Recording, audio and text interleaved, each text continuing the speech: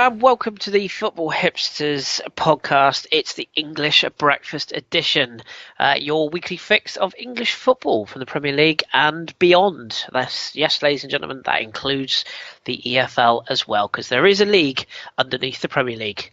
Isn't there, Ross? Good evening, sir. There's more than one. Hi, good evening, everybody. It feels like it's been a very, very long time after that international break, doesn't it? Doesn't it just? I said the very same to our very own John Welsh earlier on. I said it feels like I don't know what it was about this one. This international break just feels like it's dragged on more than any others.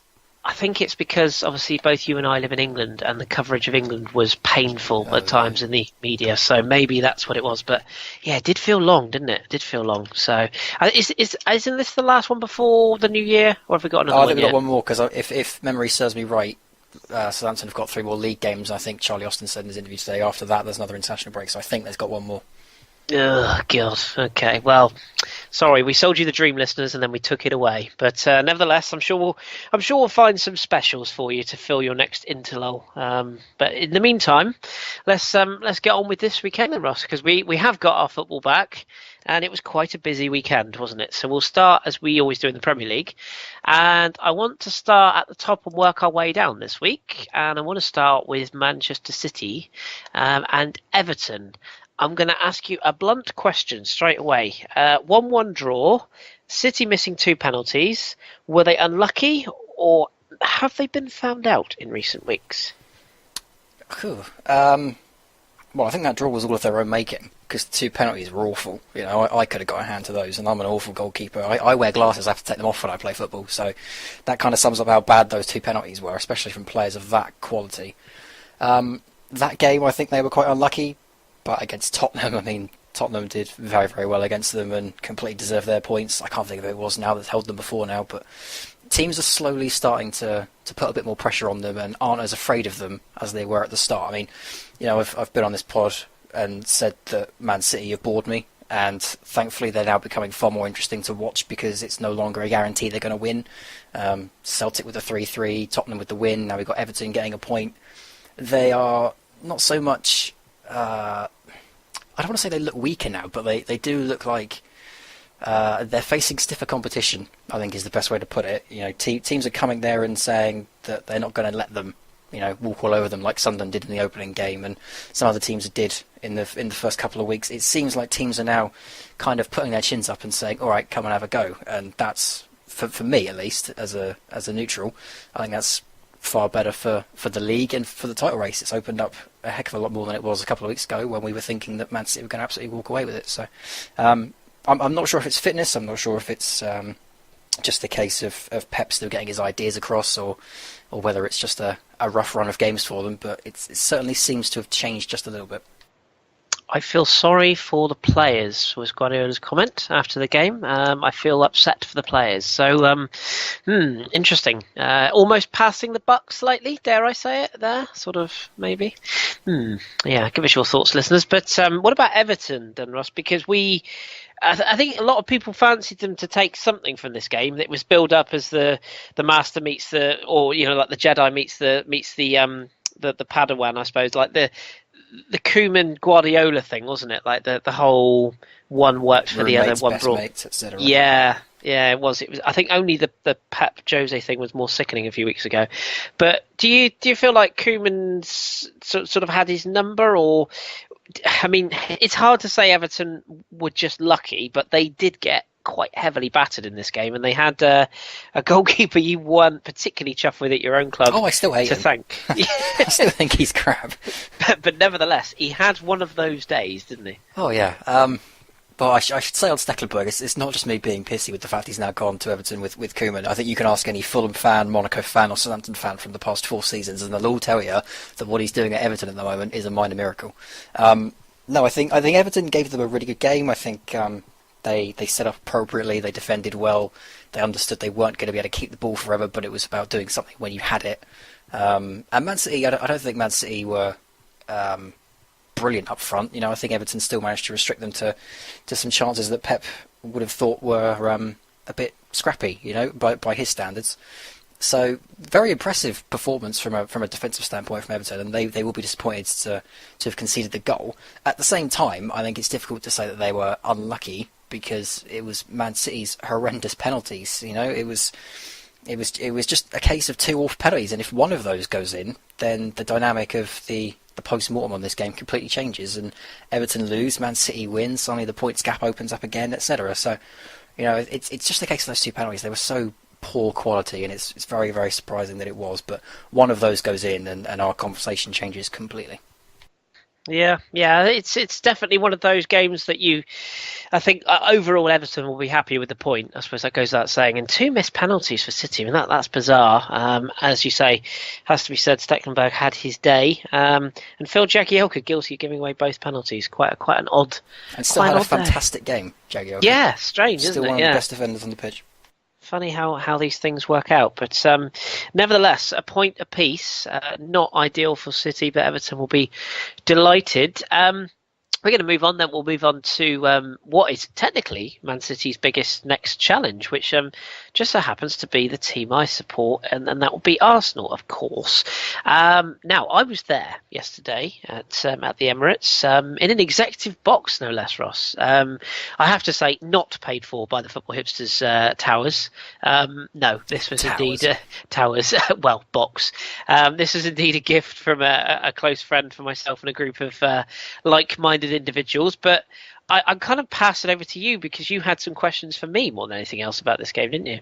Well, yeah. Well, it seemed more appropriate for you to talk about it since you actually got to be there, and it's once in a blue moon you get down to an Arsenal game. So, really, the first question really was just how was it? How was it to be back in the stadium and see the team again? Because I have no idea when the last time you got down to see them was. The last game this is the first game I've been to this season. The last one I was at was crikey! Now you really are making me think. We're not talking back in the 90s or something, are we? Oh no, it was last season. I just can't think who the bloody opposition was. It was last season. I went to Stoke away season before last. Crikey, do you know, I really can't think who it was. I shall have to think of that before the end of this pod.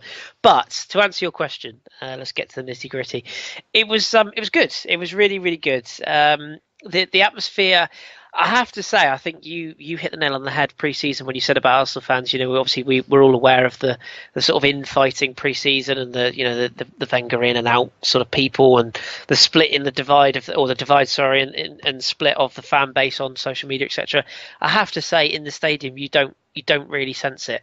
The one thing you do sense, and obviously speaking, we were in a box, so we were slightly above. The hardcore, if you will. But you really do, when you're in the stadium, you really do pick up on how much nervous energy there is when Arsenal concede a goal. And particularly, obviously, they went into a 2-goal lead. Both goals from young Theo, who's he's on a mission to prove you right, Ross, I have to say, this season. He was excellent. To him in a minute.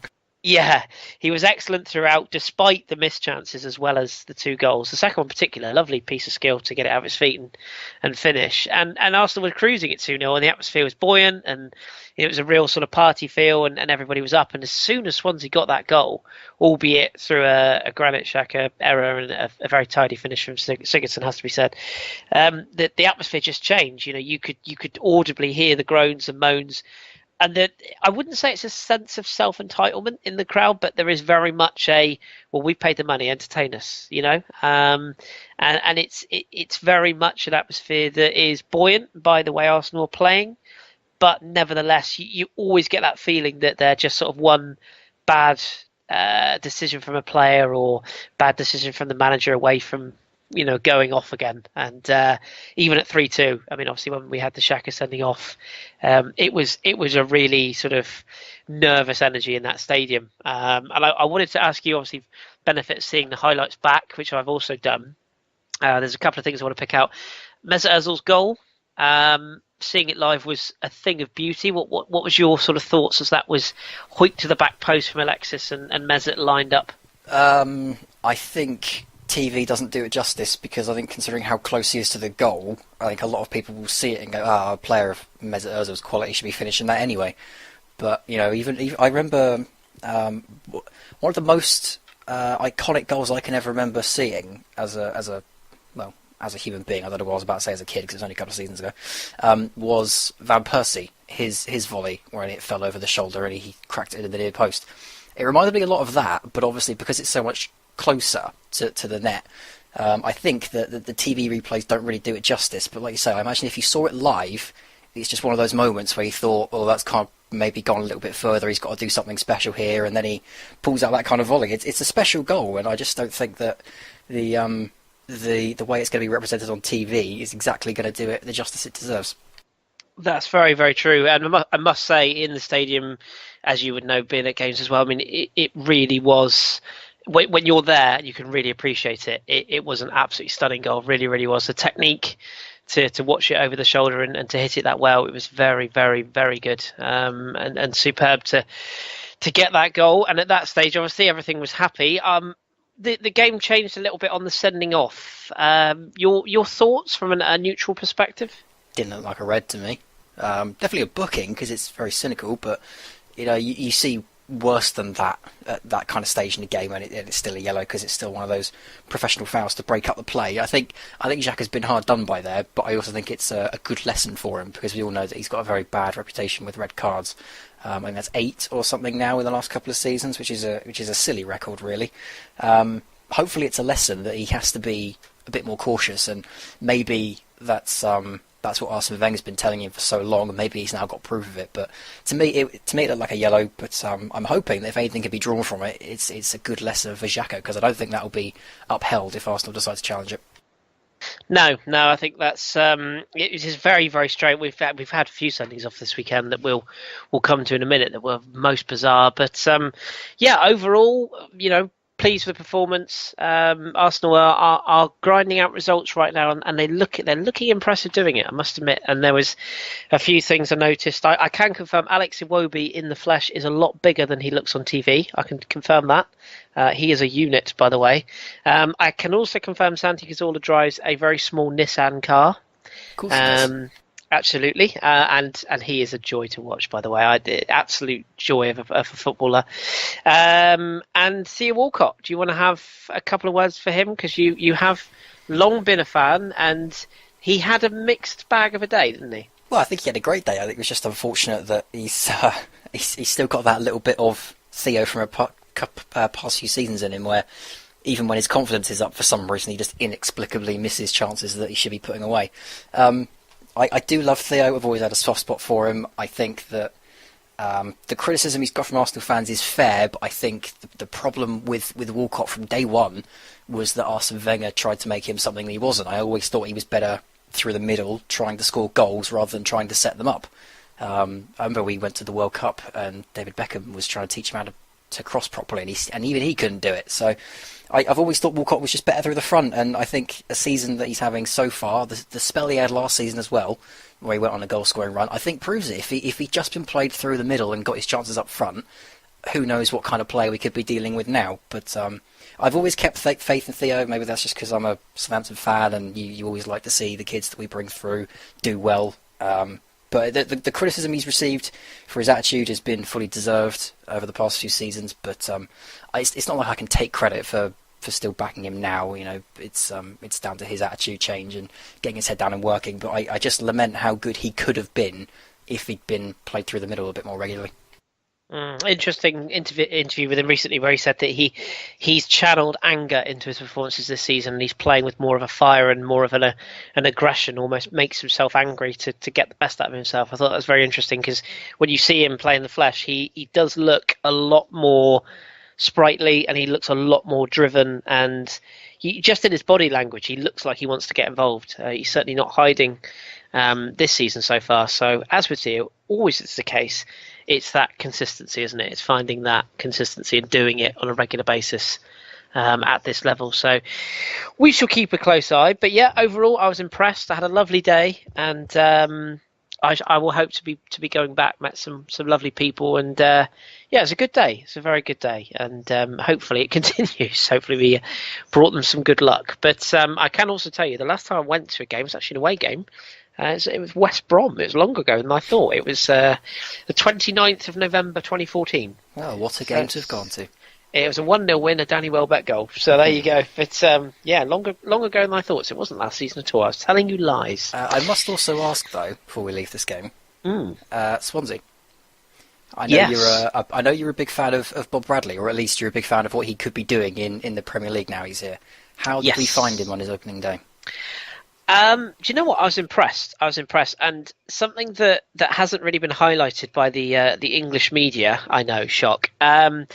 Of course, Robbie Savage and Kris Sutton are big fans of Bob Bradley. We know that, and their forthright views about how Ryan Giggs should have been catapulted into this job, and it's a travesty that he wasn't. I actually think you saw just a few snippets of what Bob Bradley could do in this game. You made the point pre-pod that he did look a little bit like some kind of arts collector or something. I'm not sure about that black all in that sort of black jumper, black trouser. I'm not sure, but the things I observed of him, he was very active on the touchline the whole game.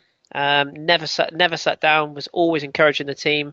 He was working very closely with the backroom staff in constant conversation. He certainly let Mo Barrow have a free role. That was very clear. He played Gylfi Sigurdsson in a false nine position, which actually I thought worked quite well. Weirdly for Swansea, I think he seems to have got something out of Borja Baston already, who didn't really get a chance under Guidelin, but he looks like a player I think who will get goals if the chances are presented his way.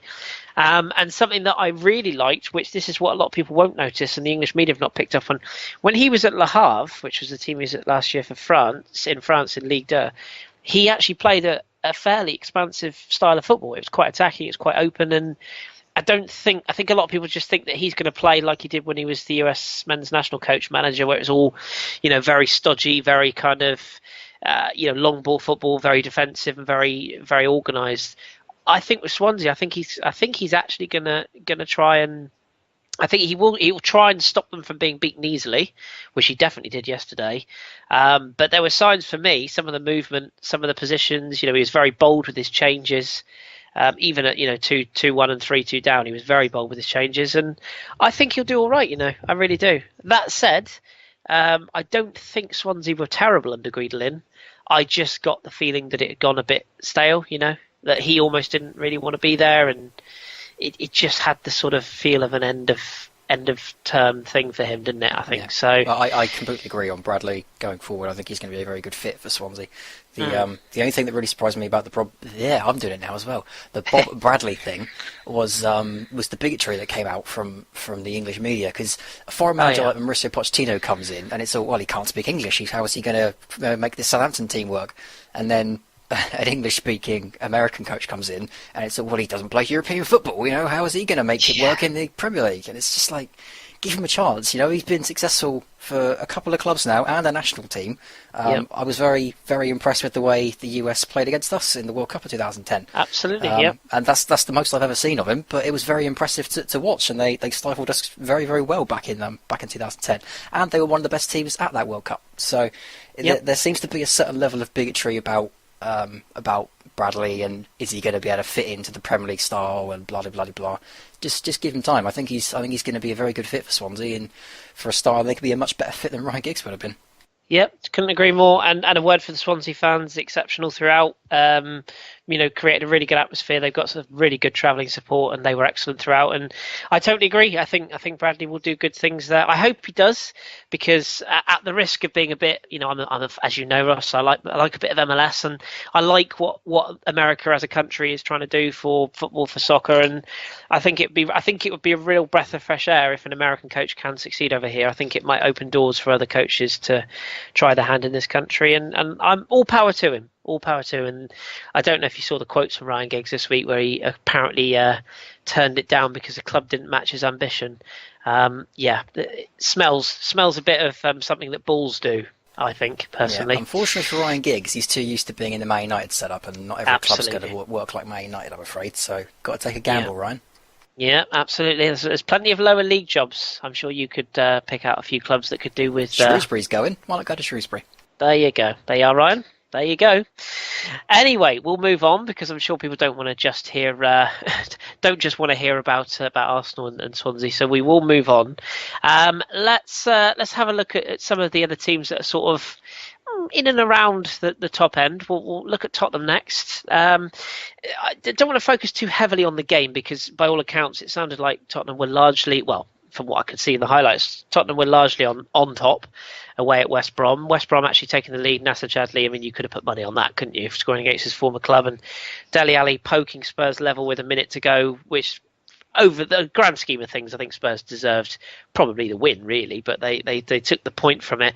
But you've got news of an injury which you have a sneaking suspicion might be a little bit worse than first feared for Spurs. Yeah, it's the knee injury to Toby Alderweireld. I haven't seen the footage because it wasn't on the Match of the Day highlights, and I haven't been able to watch the game.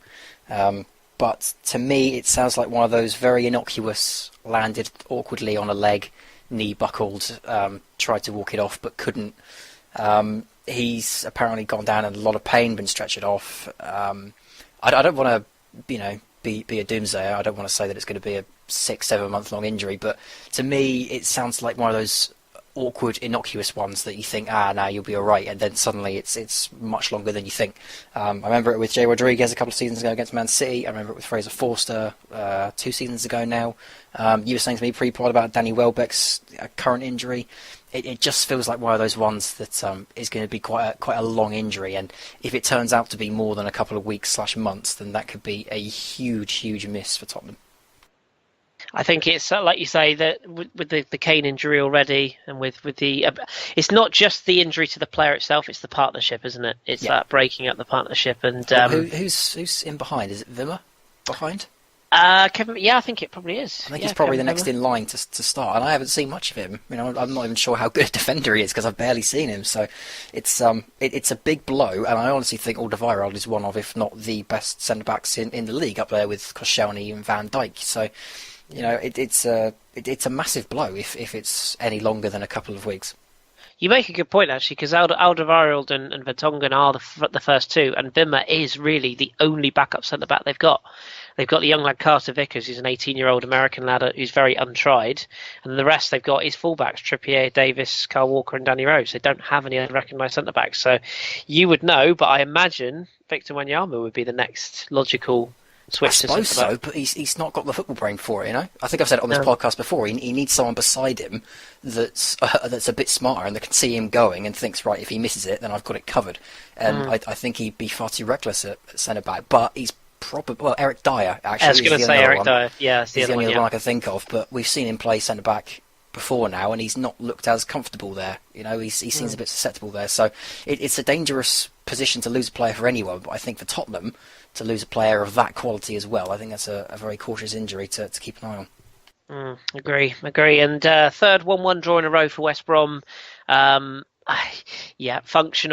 point, classic Pulis. I think they'll take it overall. I don't think... they got absolutely battered in that game, so they should be loving life with a point. But I think the other side of the coin is this is not the first time they've been absolutely bad in the game, and still the fans are finding it a bit tedious to watch, etc. But the thing is, it's like Burnley against Arsenal before the international break. If you go and open up that game against Arsenal or against Tottenham, you're going to get absolutely battered. So they only had one choice, and that was to make it scrappy, and that's exactly what they did, and they almost pulled it off. They almost got a win out of it. So I think, unfortunately for West Brom, you've just kind of got to accept who you are and where you are, and although that may change in January if the chairman decides to splash some money around, at the moment, and as of the past couple of seasons, West Brom just need to grind out points.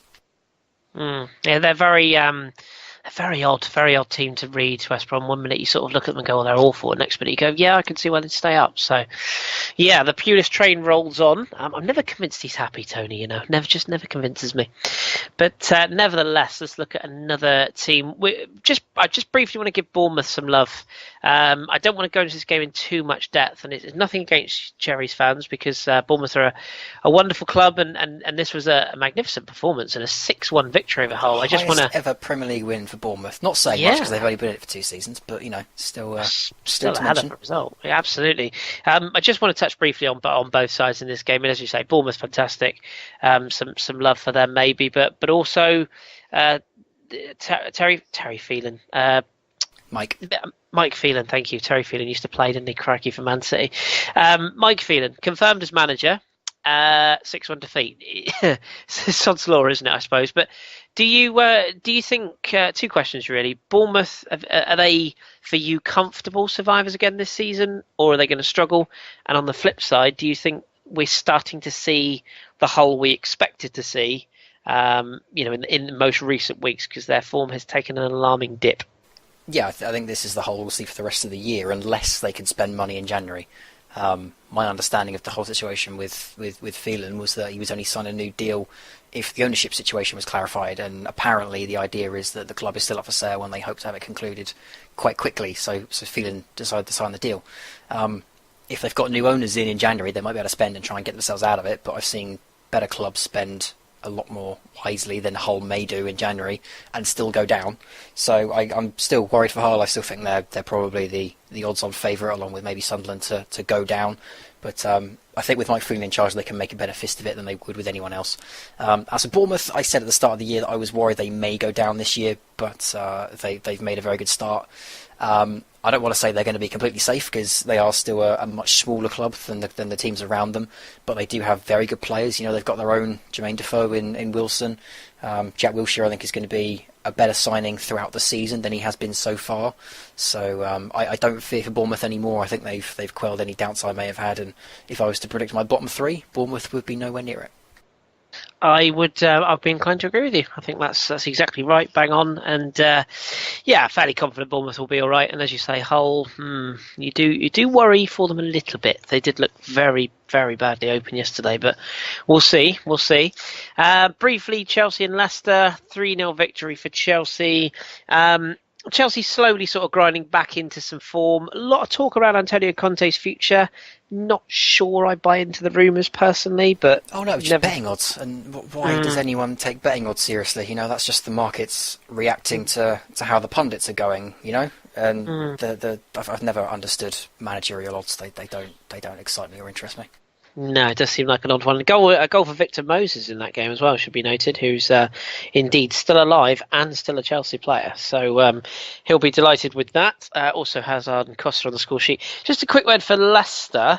What do you kind of make of what's going on? I mean, it's clear that Ranieri wants to have a really good shot at the Champions League, and I don't know about you, but when I watch them in the Champions League, I almost get the impression it's like, well, what we did in the Premier League last year, nobody expected, and we were a completely new force. And I always feel like they're going into the Champions League with the same attitude. Well, no one knows anything about us, so we're not predictable. Whereas in the league, they, dare I say, seem a bit predictable. In their 13th, only 2 wins from their first 8 games.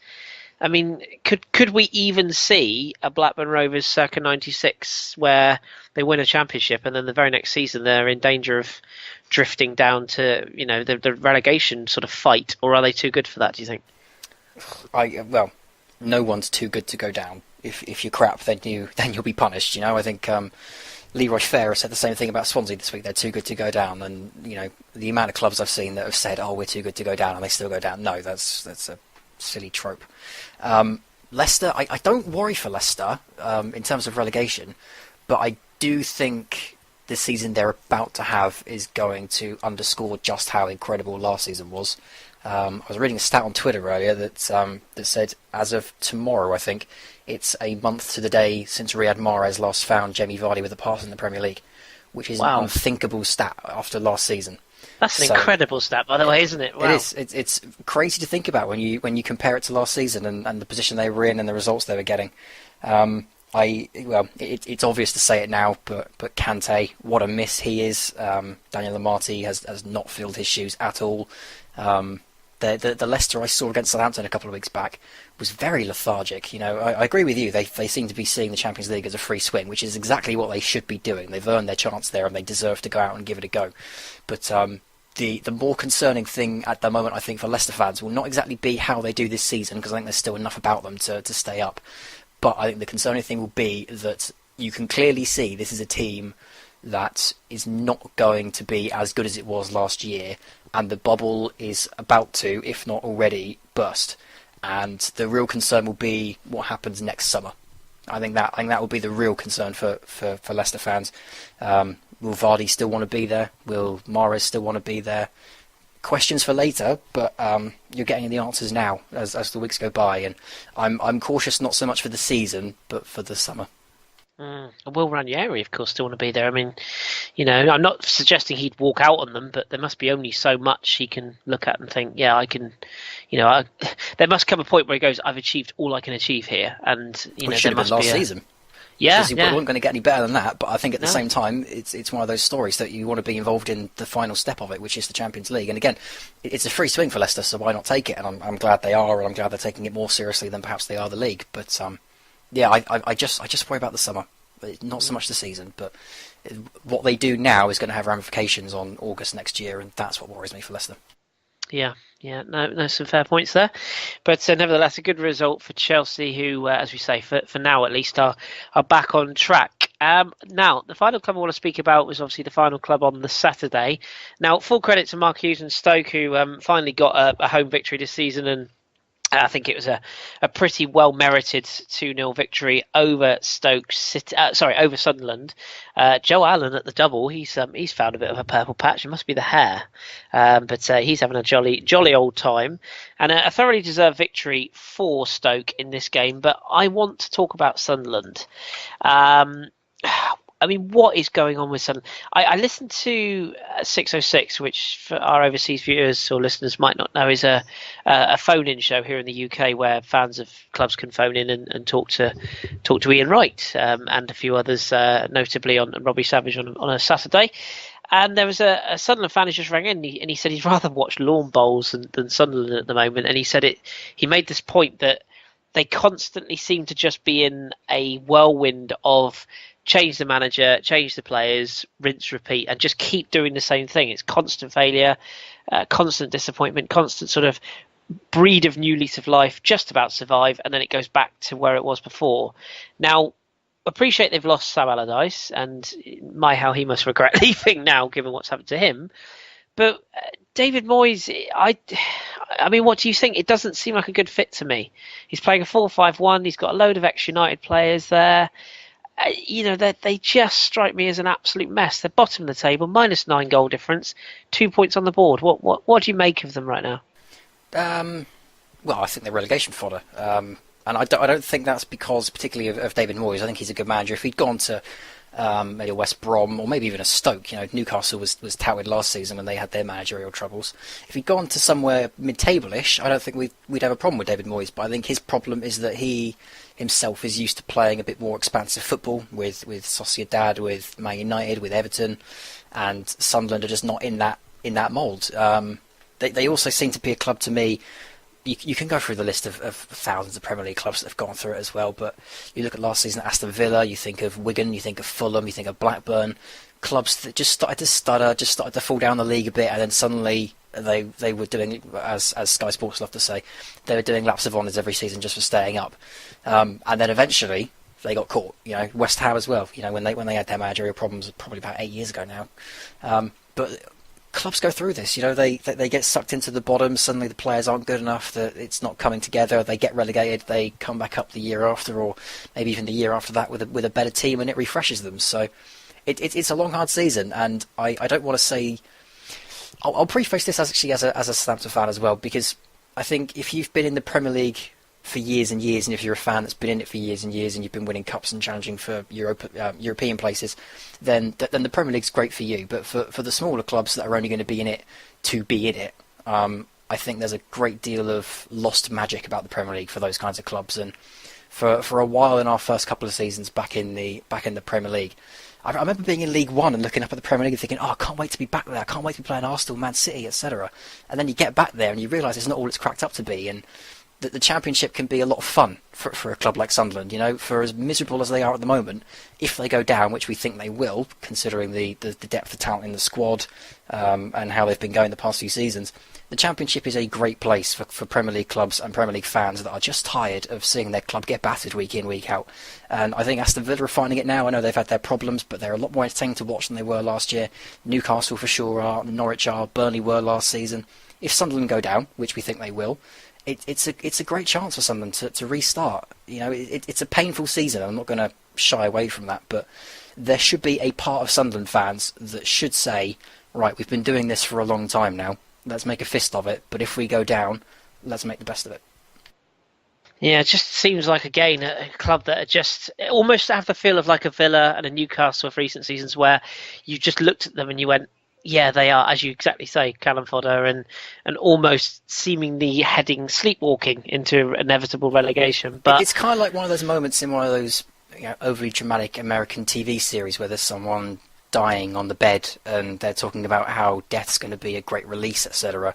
And then they say it's time, and they close their eyes and they drift off, and there's beautiful piano music, and they leave us to wherever they go next, and everyone goes, "Oh, it was so sad." It's time for Sunderland to go. I don't say that as a hater of Sunderland. I like Sunderland, but they've been struggling for so many seasons, and they scream to me a squad much like Villa last season that just needs to clean the decks, and they can't do it in the Premier League. You can't take that kind of gamble of completely changing a starting 11 and an entire squad. In the Championship, you can. So I think, as hard as it's going to be for Sunderland this season, if they go down, I want Sunderland fans to be excited for the Championship. I want them to be excited at the possibility of really getting their identity back as a club, because they just seem... I sound incredibly harsh now, but they do just seem a bit of a pathetic unit when you watch them. They just kind of feel a bit limp and lifeless, and like they know they're going down as well. So if this is going to be a long, hard season, I hope the thing that carries Sunderland fans through is knowing that the Championship is a great opportunity to rejuvenate the club again. yeah, I think if you talk to Sunderland fans, I think some of them are they would almost sort of see it as a chance to go down and, quote, rebuild. So I think, talk to some Sunderland fans, some very interesting opinions there. But tough times on Weir's side, tough times. We will briefly just touch on the one game I did forget. Probably forgot because not a lot happened, but a win for West Ham. Ross, finally a win for West Ham by a 0-0. A game that featured a rather ludicrous sending off for I've forgotten his name. Cresswell, thank you, for a dive 1 minute and then a foul the next, and was sent off for 2 yellows in very quick succession. I think we probably both agree harsh given the circumstances. I haven't seen the dive. I've seen the original card, which was definitely a card. I haven't seen the dive though, so I couldn't comment. Fair enough. Harsh, because it's a penalty, to be honest. I mean, he gets clipped and he goes down, it's a penalty. But yeah, I think that's very, very harsh. And to be honest, I don't even really think he makes exaggerated full. I don't think it's those ones where you get contact, but the player's legs and arms are gone. I saw one in the Southampton game, so I can cover that in a minute. Well, there we go. I mean, I thought it was a penalty, but nevertheless, a win for West Ham. A much-needed victory, goal from Lanzini in the 19th minute. Now, what do you say? Is this a turning point for West Ham? And briefly, it does have to be. And briefly, is this a turning point for Palace once again to go on another Pardew-based losing streak? Maybe. You can never tell with Pardew. It's like I said the other week. The thing is with Pardew is he just goes on these spits and spats. 1 minute it's 5 wins, and the next minute it's 5 defeats. And then England manager. No, we should be managing only League One. It's such a polar opposite with Pardew. With Palace, maybe, but they'll recover. That's just what Pardew does.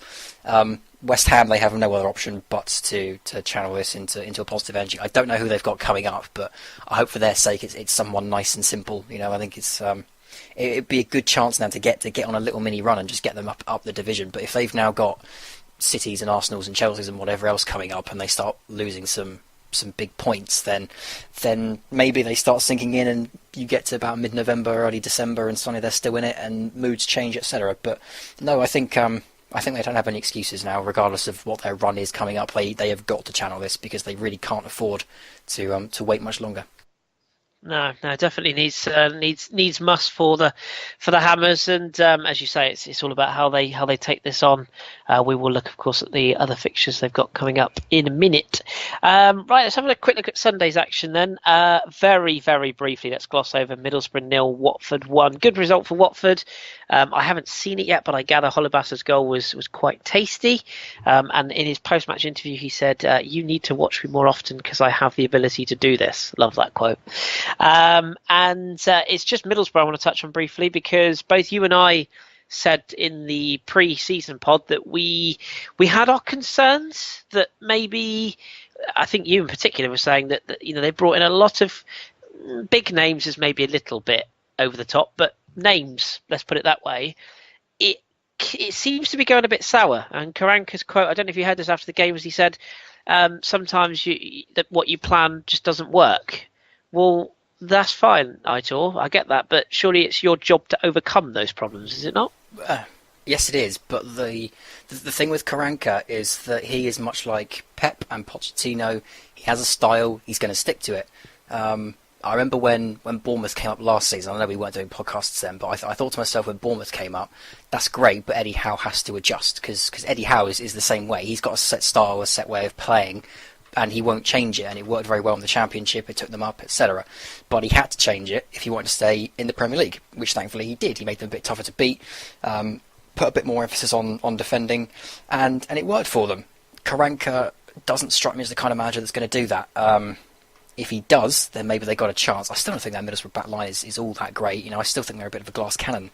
But, I still have my concerns for them. If I was to predict my bottom three now, Middlesbrough would probably still be in it, even if just 18th. But I still do worry for them. I know a couple of people raised a few eyebrows at the start of the season when they went on a relatively decent run with a win and 2 draws, I think, at the start of the season. And there were pundits saying things like, "Oh, Middlesbrough will be fine. They'll be mid-table. They look like a good Premier League club to me." And it was still too early, and it still is really. But I still think you're seeing hallmarks of a certain level of weakness and maybe a certain level of naivety on the part of Karanka, because I just don't see him as the kind of manager that's going to change things around. He made a substitution 2 minutes before the end of the game. They were 1-0 down.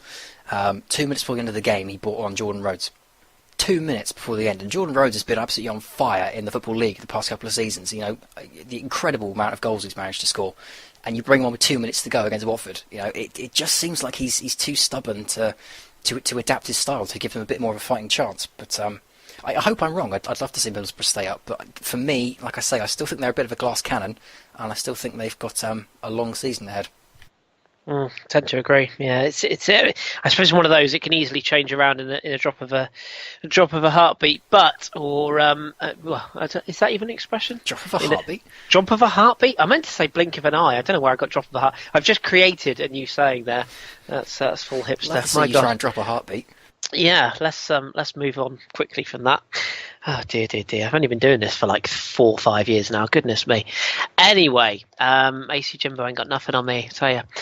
Right, let's look at Sunday's action then. Let's look at the other Sunday action then, I should say, which was your game, Southampton, beating Burnley by 3-1. You, I would imagine, saw more of this than I did. Well, I haven't actually seen any of it. I did listen to it, and by all accounts, it sounded like a much-deserved victory, even if it was at the expense of your long run of clean sheets coming to an end. But Claude Puel, he's turning this round, isn't he? A lot of your fans, you were concerned about their sort of the diamond's not working type of people. It certainly is now. Yeah, I mean, three wins in the last 4. The other one was a draw. All these clean sheets, performing well in Europe, up to 8th in the table. Another win away from being top 6. It's all going rather nicely all of a sudden. What sort of performance was it today? Was it richly deserved? And a couple of other injuries to contend with again as well. Well, some recent Southampton stats. 34 shots we had today against Burnley, which is currently the highest in the Premier League this season. As many shots as Tottenham and Liverpool, I think, or I think they're the only 2 clubs above us in the total shots total this season now. Tadic has created the most chances of any player so far this season. That's more than Ozil, more than De Bruyne, more than Hazard. 6 clean sheets on the bounce. Austin's now got 6 in 7, I think it is now. It's completely turned around, and this is now a very dangerous outfit to come and play against.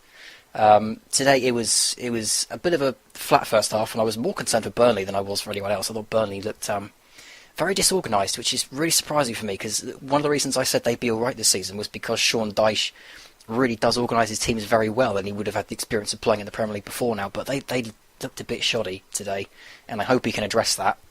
They weren't at their best. Thankfully for them, the player that was at his best was Heaton in goal. If you haven't seen it yet, Charlie Austin's header, I think it was the 6th or something minute, Charlie Austin's header is saved by Tom Heaton, and it's Gordon Banks-esque. It's the best save I've ever seen. It's probably the best save we'll see all season. And a weekend of great goalkeeping performances from Stekelenburg and from Ben Foster at West Brom. The best save of the weekend was that one from Heaton. It was absolutely incredible. Heaton has now made 11 saves in that game, and more saves than any other goalkeeper so far this year in the season. it was a pasting in the second half, especially. We really turned on the charm, and it looked a lot simpler than I think it actually was. But it was a case of getting the first one, and then Burnley, I don't think we're ever really going to be in it. But I think the thing to mention for Burnley is the first half they should have had a penalty. Van Dijk is completely body checked somewhere. I don't know how it's not been given. Second half, we then got the goals from Austin Redmond. The penalty that then brought Burnley back into it, I thought was a bit soft. It's a push from Tadic, but I think Ben Mee's gone down a little bit too easily. But at the same time, bounces out because the one in the first half was a stone wall. The penalty that we got, you mentioned earlier about a trip that kind of goes down a bit too theatrically. Sam McQueen came on for his debut today after Matt Targett went down injured, and I'll talk about Sam McQueen in a second. But yeah, he gets clipped, and clearly it's enough to make you stop running. It's enough to tangle your feet, but he kind of plants his feet on the ground and then really goes for it and throws himself, and it does look a bit of a dive, and unfortunately it's on replay doesn't look all that great. But for me, it's still a penalty because of the contact. But yeah, the dive is a bit theatrical from him. But overall, it's a fantastic result. It was a must-win because our next 3 games are Inter Milan away in the Europa League, then Manchester City away next weekend, and then Chelsea at home. So this was a massive game that we had to win, and thankfully we did. But yeah, you mentioned the injuries. I'm sure we'll touch on Sam McQueen as an individual in a minute. But Matt Targett went down injured, which is now our second left-back injured with Ryan Bertrand out after England duty. And Stephen Defoe of Burnley went down injured as well. I think they're both hamstring injuries from what we saw. Stephen Defoe is going to be a massive loss for Burnley because he looked one of the most solid players in that Burnley side in the first half. I suppose it's like you say, you can only sort of beat what's in front of you. Again, with Burnley, would they look at this game and think they should have got something out of it? Generally, before the game, probably not.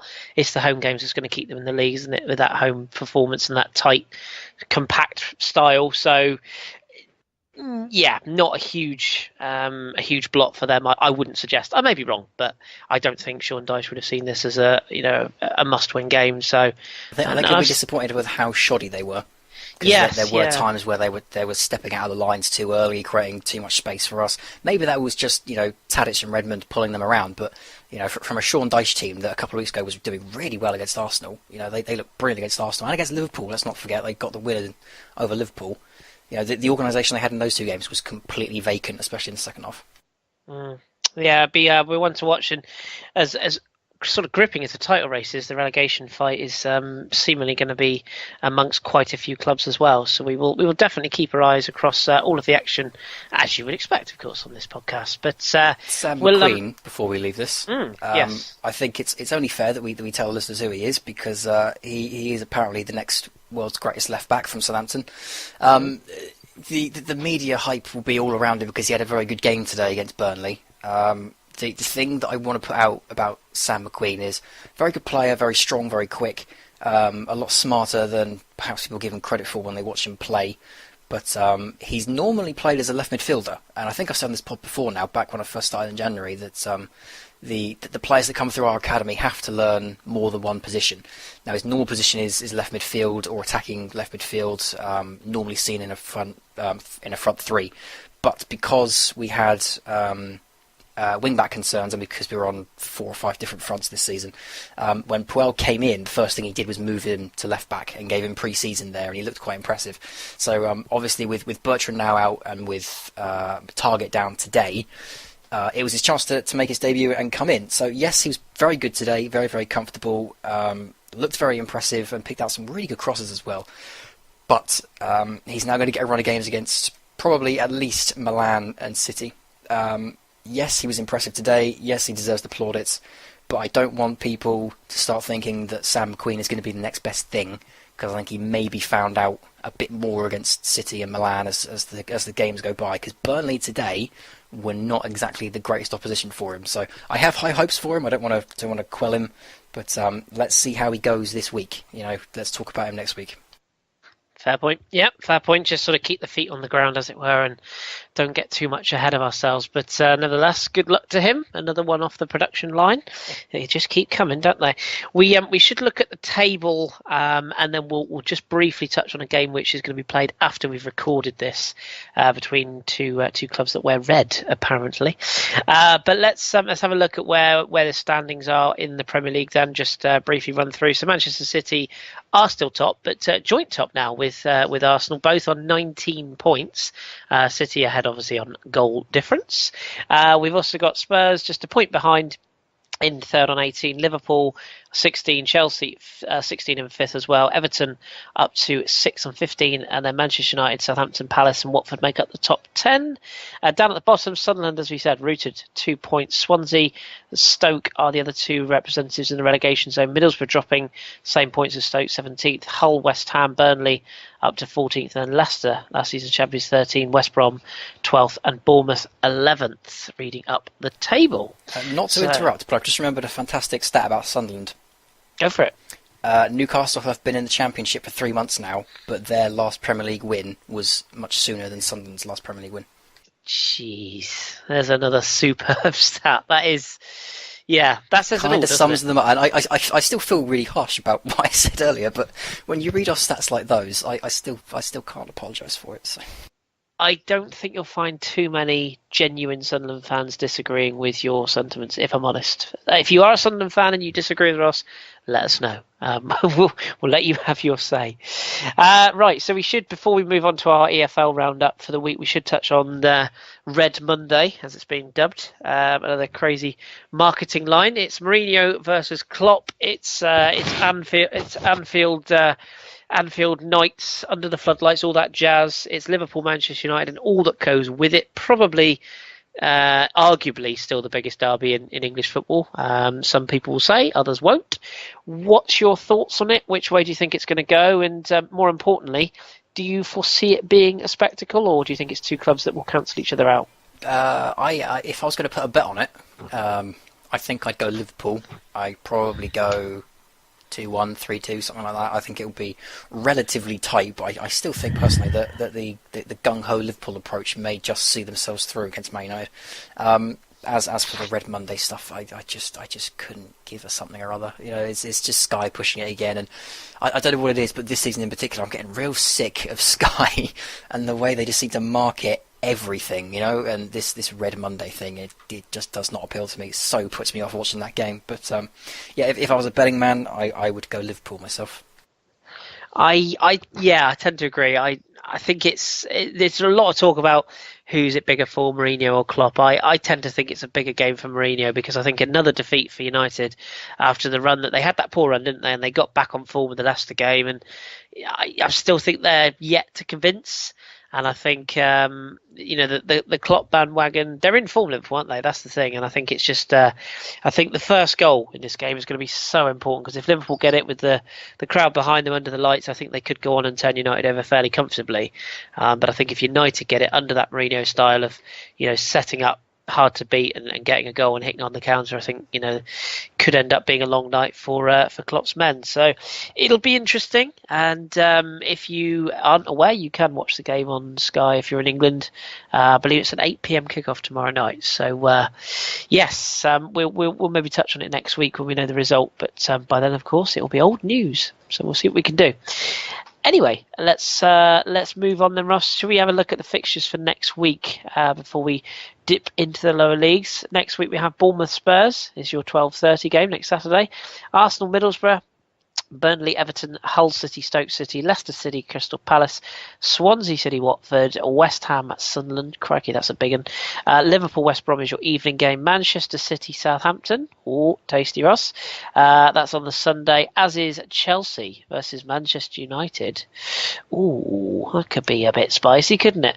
And they are your fixtures for next weekend. Any that, I guess your game reaches out and touches you a bit there, as does probably the Chelsea United game. Anything else that grips you in that set of fixtures? I think Swansea's first game at home under Bob Bradley will be interesting to watch, and maybe Liverpool West Brom, just because that could be any scoreline in the world.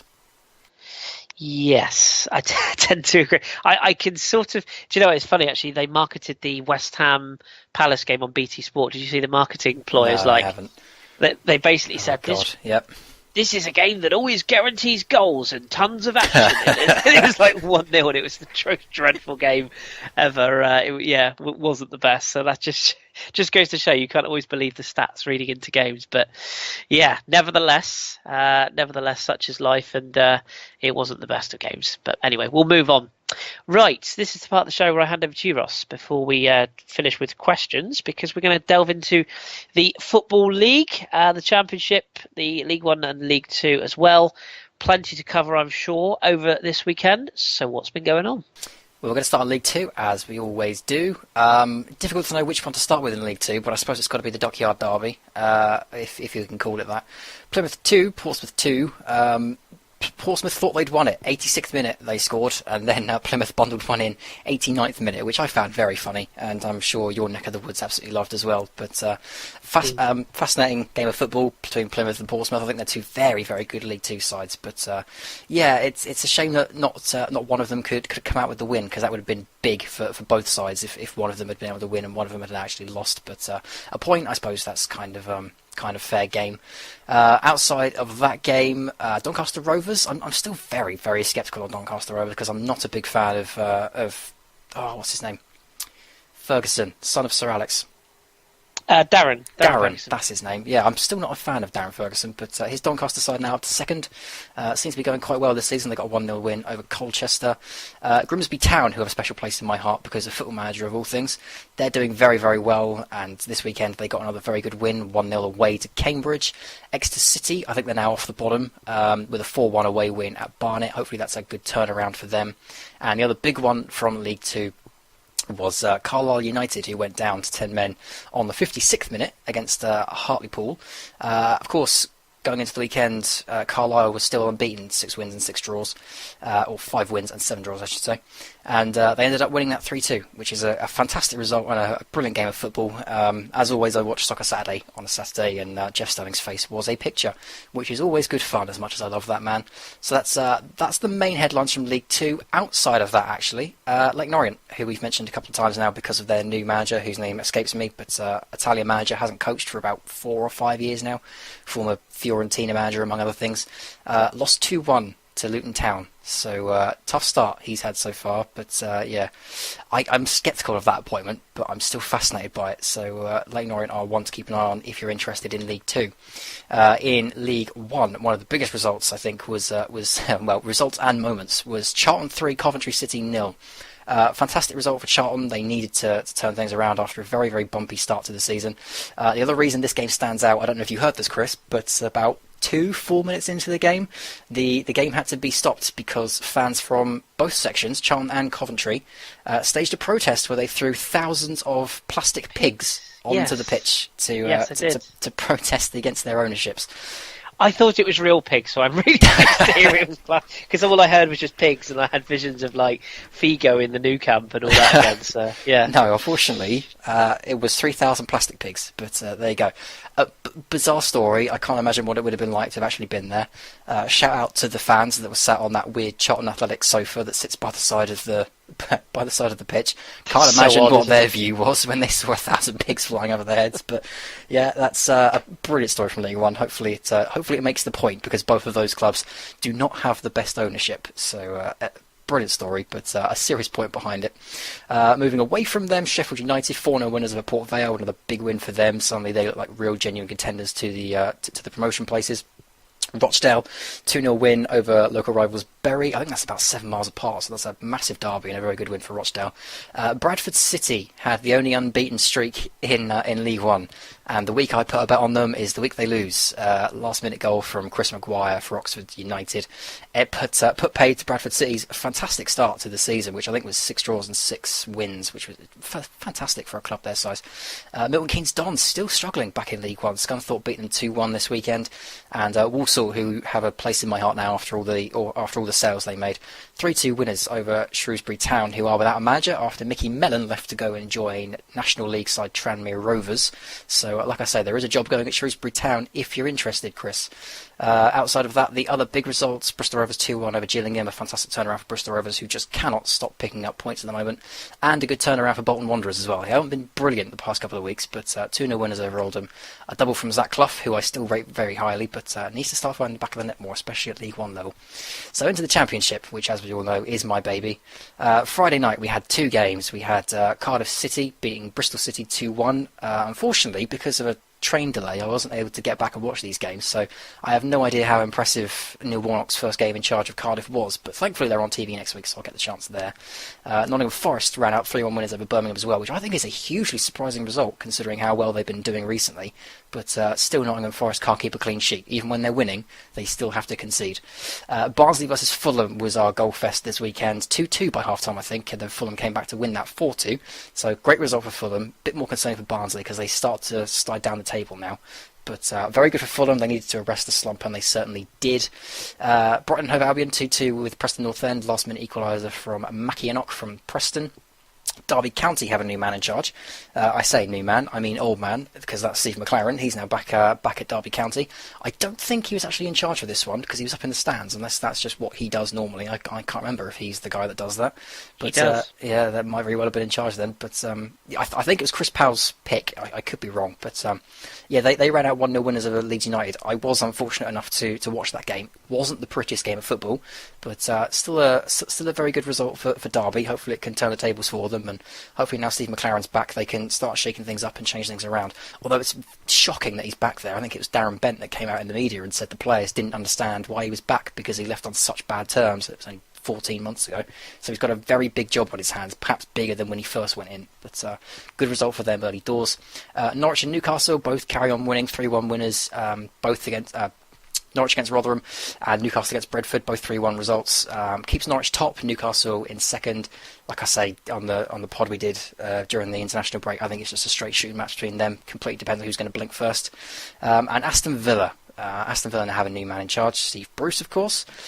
Came in and we thought he was going to play 4-4-2, which he did.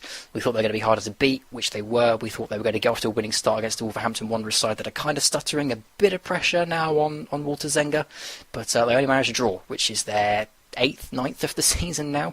So a big job on for Steve Bruce, but I think there are definitely positive signs for Villa against Wolves.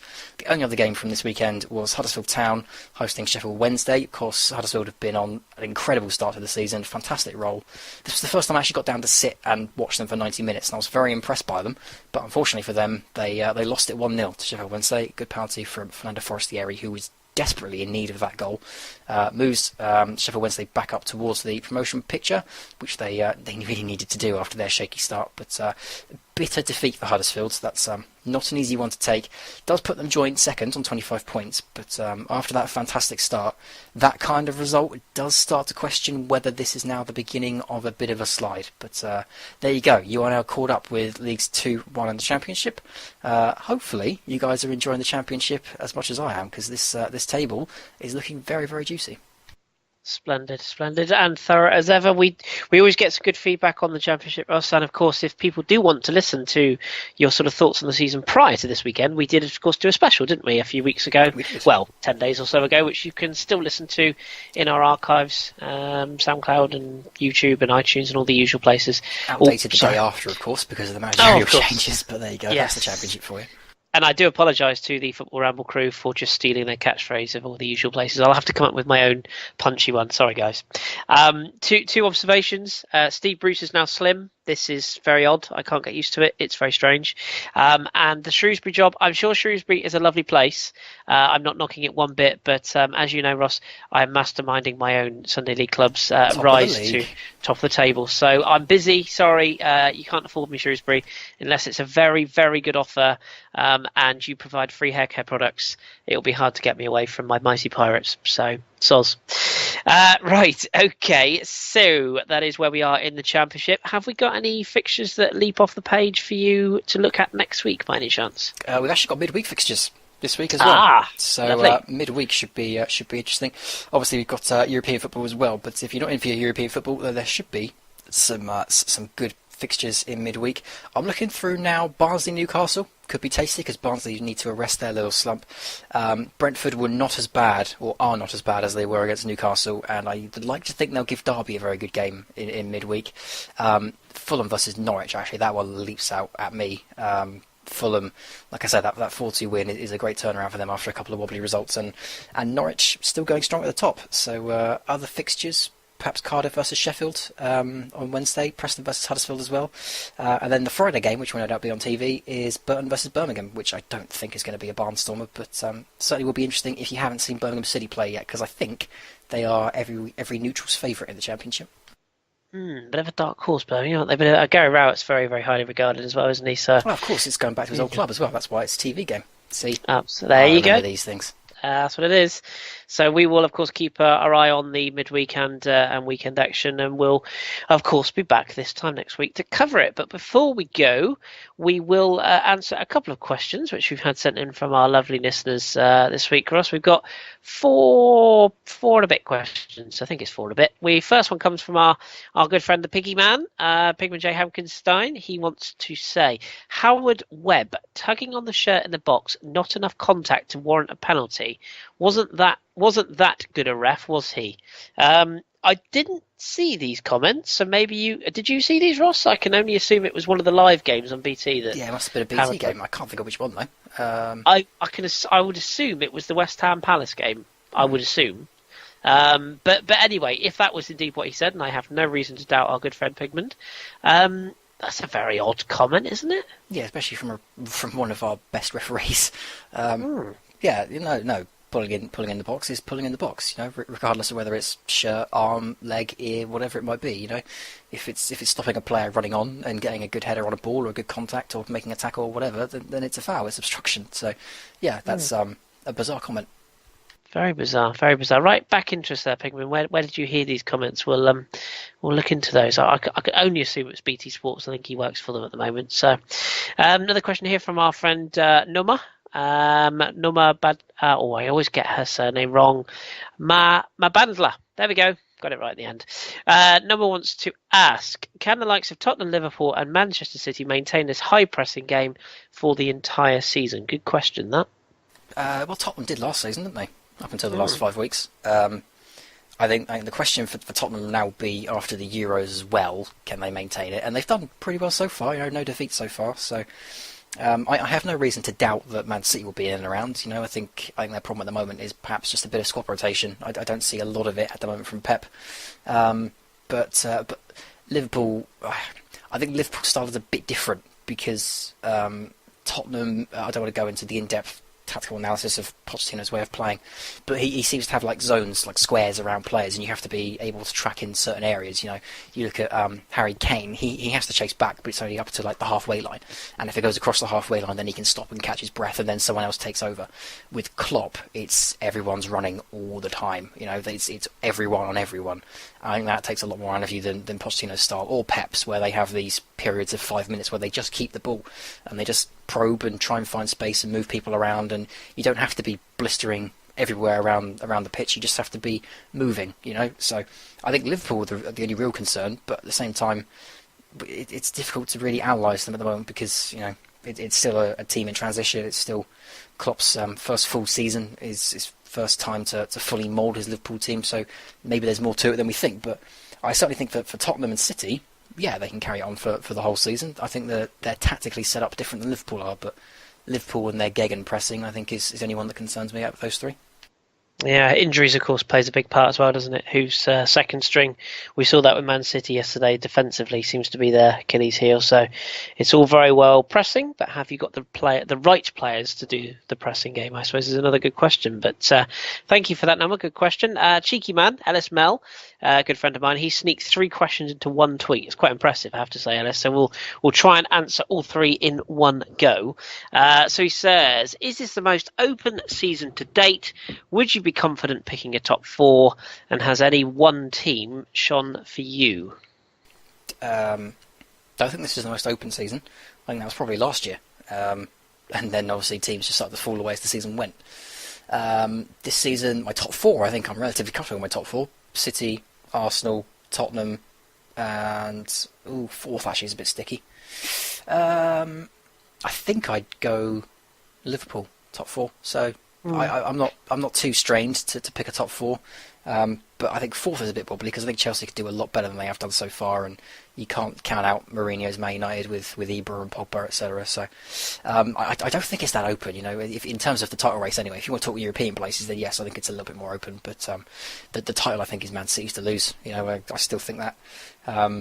And what was the third one? I'm too busy focusing on the first two. I've missed the third one. Has any one team shone for you? And that could be a team down the bottom if you want. Maybe a team that's over impressed, if that's even a phrase, or somebody that's done particularly well in certain games. Watford. I think Watford have been very, very good. Just thinking the same, yeah. Crystal Palace in the past couple of weeks, but you and I are both very much in agreement that in a couple of weeks' time they'll have lost 5 on the bounce again. Mm-hmm. Not to be biased, but I think Southampton, quietly, the way they've turned it around especially. I'm not sure Everton is much of a surprise because we all thought that Koeman was going to go in there and fix things, especially at the back. But at the same time, they should be mentioned. They've done very well start of the season, only 1 defeat. And Tottenham, I think, have got to be mentioned as well. No defeats as of yet. You would have expected them to be in and around after a good end to this. Well, not a good end, but a good season last year. But yeah, they've been very impressive to not lose a game yet. And as much as it upsets me to say, but Man City, I still don't find them all that entertaining to watch. Hopefully next week I'll be able to see them for a full 90 minutes and be able to engage in them a bit more. But you can't deny that it's a very impressive start for Pep. Considering all the changes he had to make in that team when he first walked in and the tactical setup, etc., etc. So it's a massive turnaround from where they were at certain points last season. So as much as they don't seem to be entertaining me, which is not a priority, don't get me wrong, but they definitely deserve a mention as well. Yeah, fair point. Watford was definitely one I had in mind. Really surprised, actually. I not that I don't rate Matsari, but I thought there'd be more issues than there has been. There's still time, don't get me wrong. He is 1 defeat away from having an absolute meltdown. But thus far, it seems to be working, so fair play to him. Our final question for tonight then, in a slightly longer show than usual. Check us out, but we have had 10 days off, so we're entitled to go a bit longer. It's Brian Donaldson, our good friend. He wants to know, this is a good question, has the impact of the new TV money been seen yet in the table and the standings of it? And that's a really good question, that, isn't it? Because are we seeing certain teams over-impress or maybe under-impress? I think you'll have Palace. Outside of that, I can't think of too many that have really splashed the cash and had it pay off.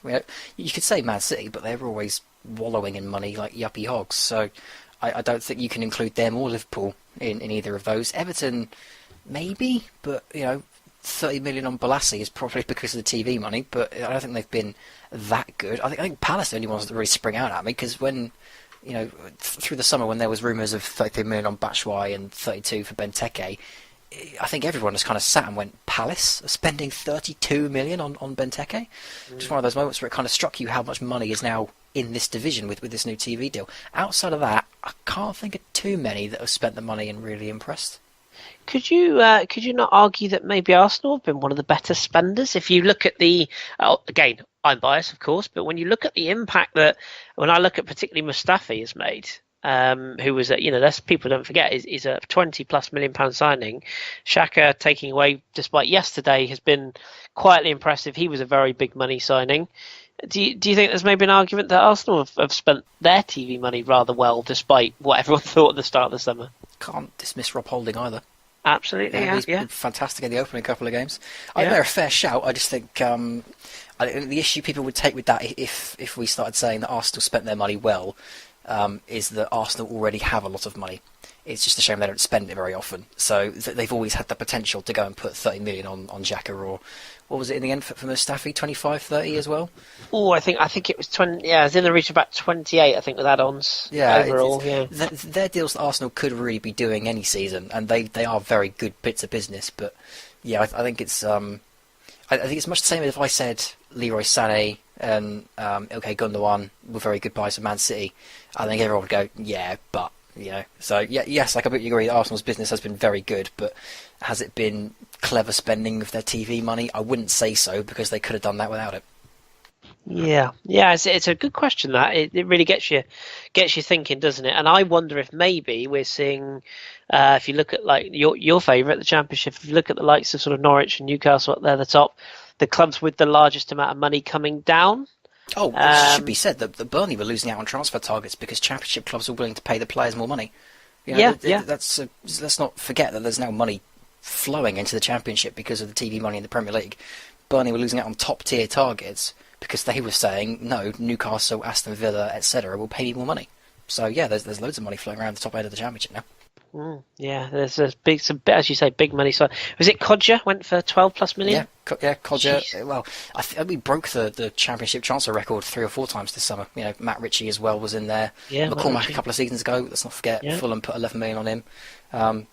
Ritchie, Gale, and someone else. There was 3 or 4 times this transfer window where the Championship record was broken. So yeah, there's money all over the place. So let's not forget Birmingham are going to be they're about to be taken over as well.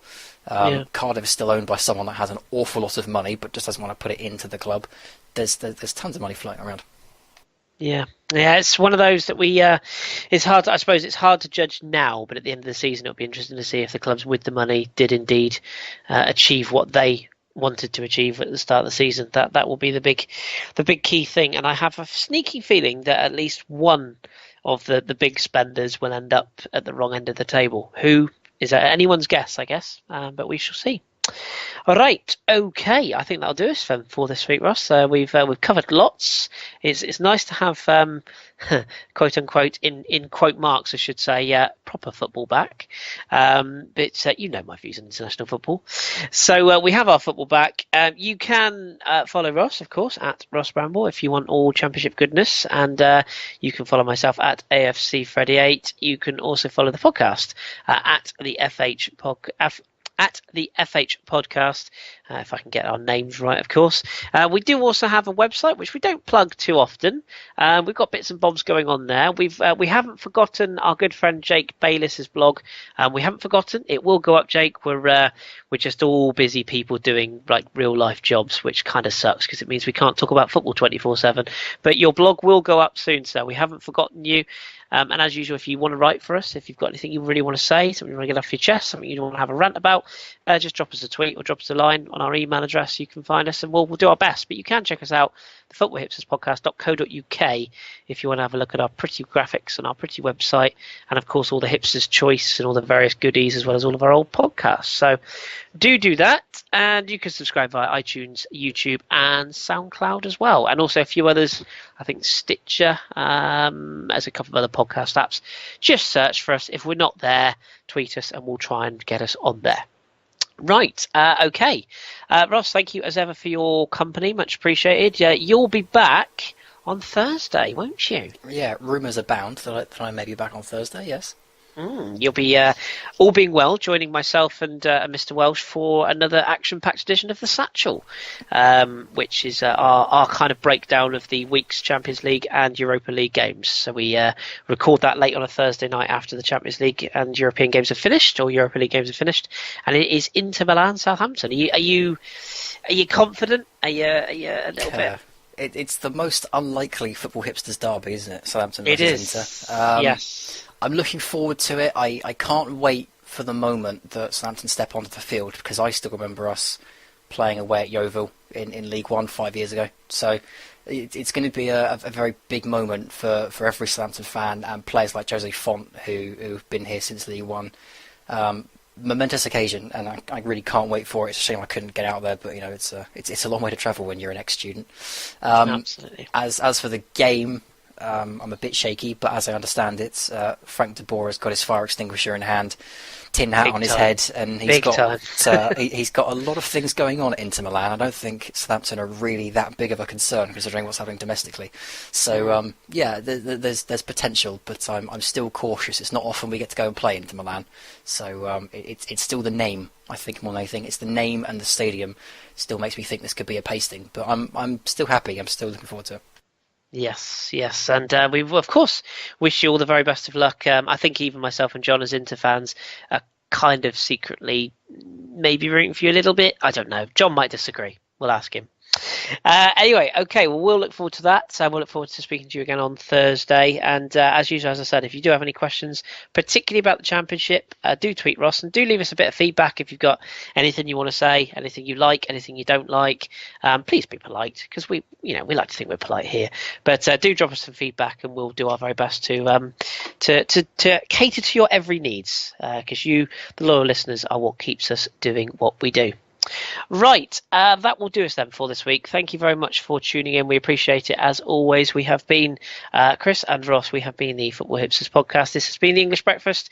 Keep your beard strong and your glasses trendy. We'll be back with the European version of the pod on Tuesday. And until then, enjoy your football.